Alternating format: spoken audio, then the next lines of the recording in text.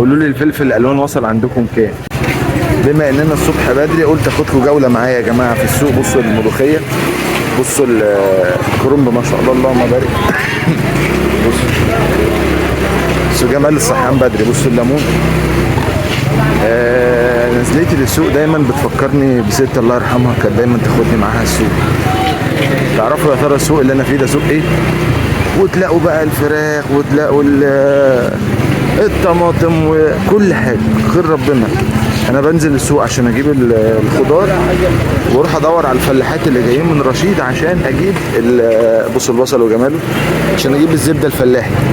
بصوا الخضره يا جماعه، جرجير وشبت. يا نهار ابيض، يا نهار ابيض على الجمال.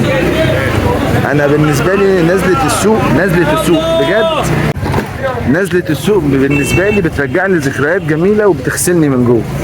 يعني انا بالتمشيه دي اللي انا بتمشيها جوه السوق، انا ببقى في انبساط رهيب جدا يا جماعه. وزي لقطه البصل ما قدرتش افوت لكم اللقطه بتاعت الفلفل الالوان. بصوا خير ربنا اهو، صاحيين من بدري اهو بنتسوق للمطر. دعموكم يا رجاله.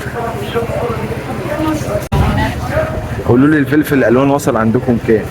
بصوا انا هعلقه هنا. بصوا هعلقه كده في الحته دي لحد ما اوصل اهو كده، هو في امان.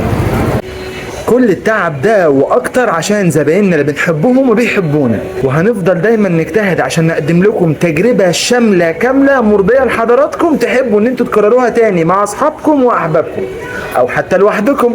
قولوا لي مين زار مطعم بقالي ومين لسه، وايه اكتر حاجة بتعجبكم في مطعم بقالي.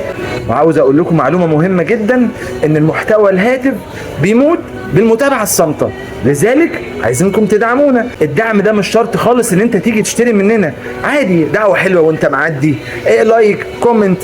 ومش عايزكم تنسوا اطلاقا وابدا بتاتا ان بقالي بيحبكم.